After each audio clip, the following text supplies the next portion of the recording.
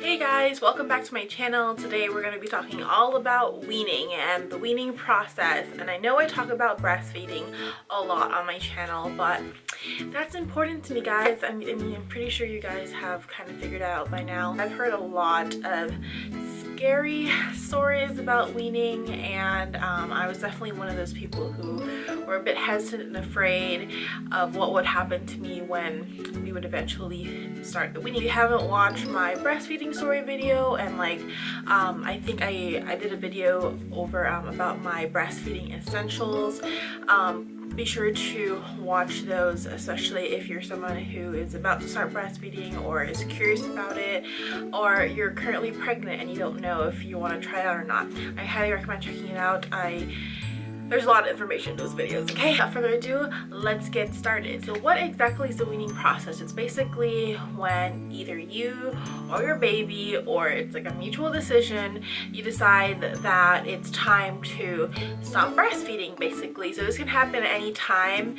For me, it happened around the 15-month mark. So Audrey's currently 15 and a half months old, and we started the weaning process, I would say, way before we actually completely stopped breastfeeding. So I'll get into that later. As I mentioned in my breastfeeding journey, I told you how my goal was to try to breastfeed till at least a year, and when we hit a year, I was shocked. My main concern was I wasn't sure how she would handle the weaning process, because sometimes if you do it too abruptly, you know, the baby, especially if they're still very dependent on your milk, they might not take that so well, and it just might be harder on them, and it'll be harder on you, and yeah, not to mention how it's going to be like on your body. Initially, I wanted to, like I mentioned, stop breastfeeding at a year, but I knew that to have a steady and kind of seamless weaning process, or weaning journey, or whatever you want to call it, I had to do it very gradually. People recommend, you know, cutting down the amount of times that you breastfeed by week, or you know, like span it out through a number of days. So for example, if you still breastfeed like 4 times a day, then, you know, within the next week or so, or a couple of days or so, you would just cut off one feeding at a time until eventually you reach only that one feeding. By the time she was 1 year old, we were breastfeeding, I believe, 3 times a day. It was the morning feed, and then 1 feed for her nap, her afternoon nap, and then her last feed before she goes to bed. And even though she turned 1, I didn't want to just, you know, abruptly stop. I think another reason I didn't experience as much difficulty with weaning is because I did it very, very gradually. Instead of doing it within a span of a couple of days or a couple of weeks, I actually decreased the feedings in a couple of months. So we started the weaning process in December when she turned 1, and we didn't actually completely stop till March. So yeah, that was quite you know, a large gap of time for her to kind of get adjusted, and for also my body to get adjusted. I also talked about how I had a little bit of an experience with mastitis in the beginning when I was breastfeeding her, and if you know what mastitis is, or if you've had it before, then you would understand that it is not fun, and it's not something you would like to experience. So I was very scared of that happening, because that was a possibility, because obviously when you're weaning, it's a huge other adjustment for your body. Main tip for this video is just to try, if you can. I know that this is not something that all moms can do.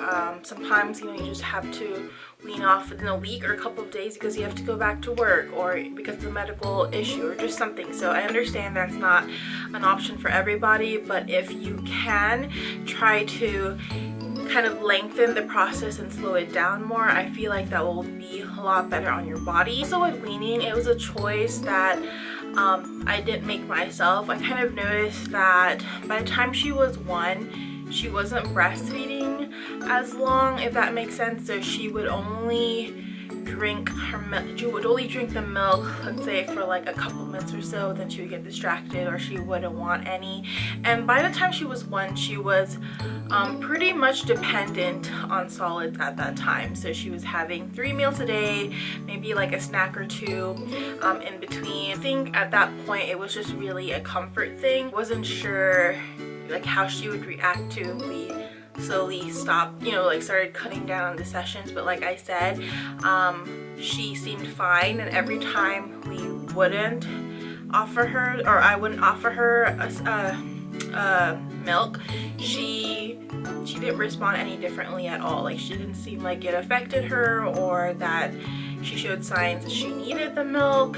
So just through observing her behavior, that's how I could kind of tell that it was time and it was that she was ready. But with Audrey, I just kind of, you know, played it by ear, and she kind of like weaned herself off. When you're weaning, like I said, your body goes through so much already that I would hate for Audrey to, you know, be affected by that. So I was really happy.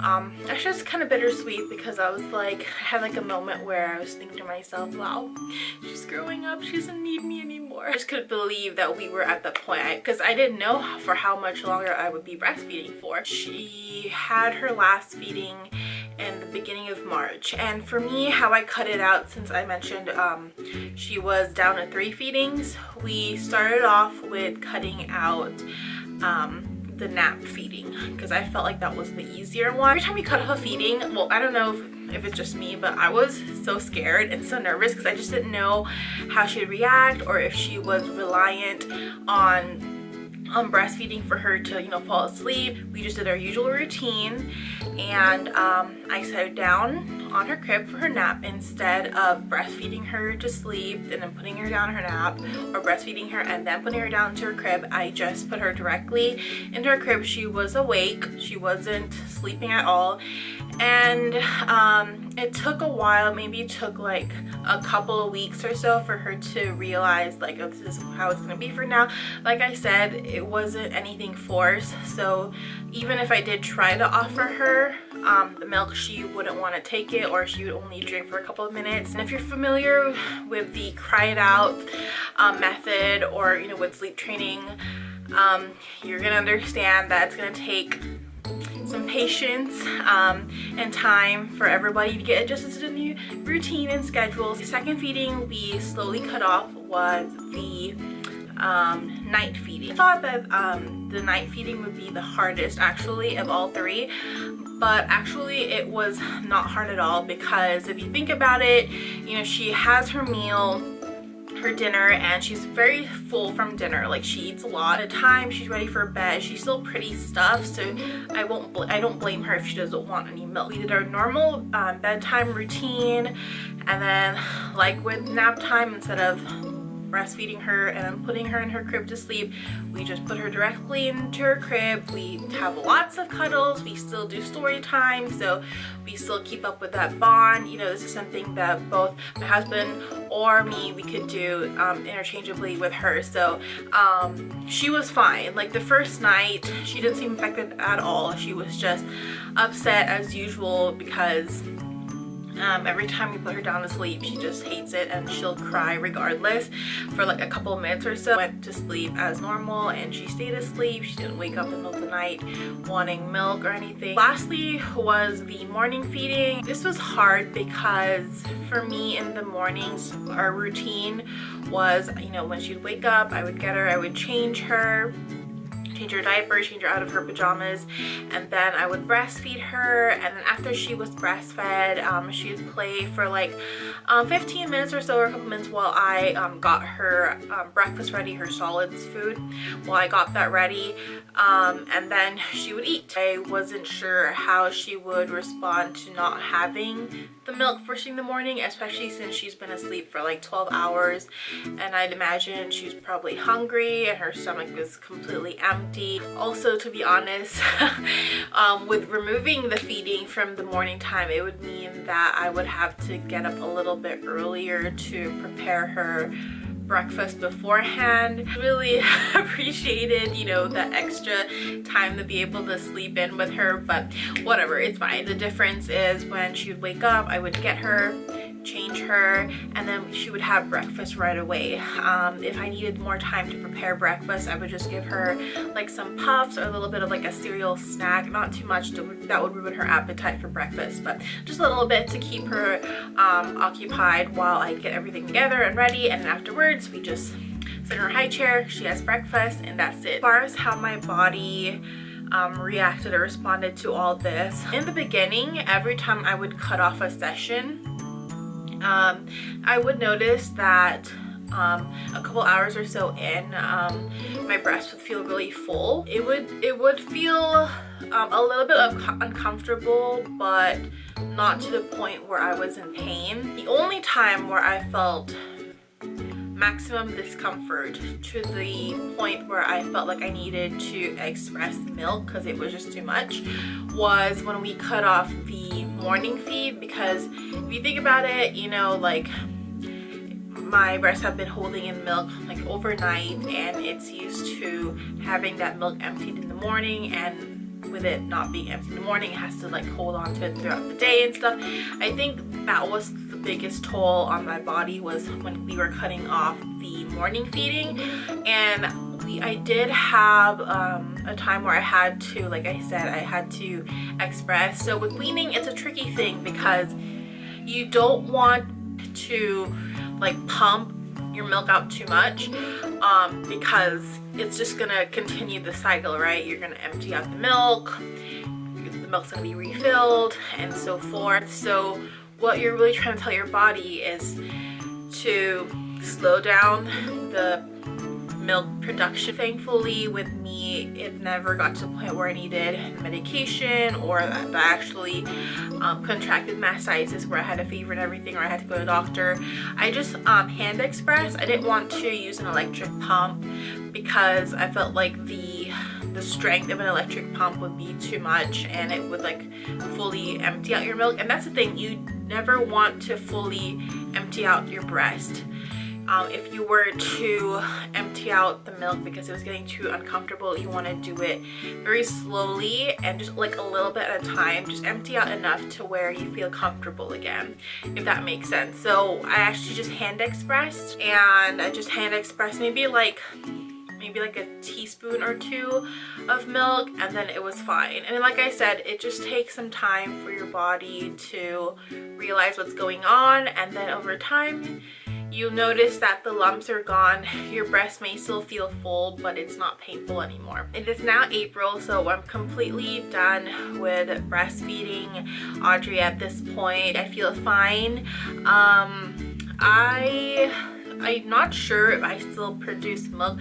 I probably do, because I heard that it takes your body a while to completely stop. I talked about having nursing pads on hand in my breastfeeding essentials video, and when you're weaning, you definitely want to keep those nursing pads in, because obviously you might be leaking, your breast gets really full and uncomfortable. So I would just recommend wearing nursing pads during the process, just in case. That basically rounds up my whole weaning story, or just like sharing my experience. If you are thinking about weaning or you're about to start the weaning process, I wish you good luck. It's not easy, especially like emotionally. Nobody ever talks about that. I truly believe that you experience some kind of like post breastfeeding like anxiety or like mood swings or something like that, maybe even depression. For me, I was definitely very moody during the whole weaning process. I was moody and I was just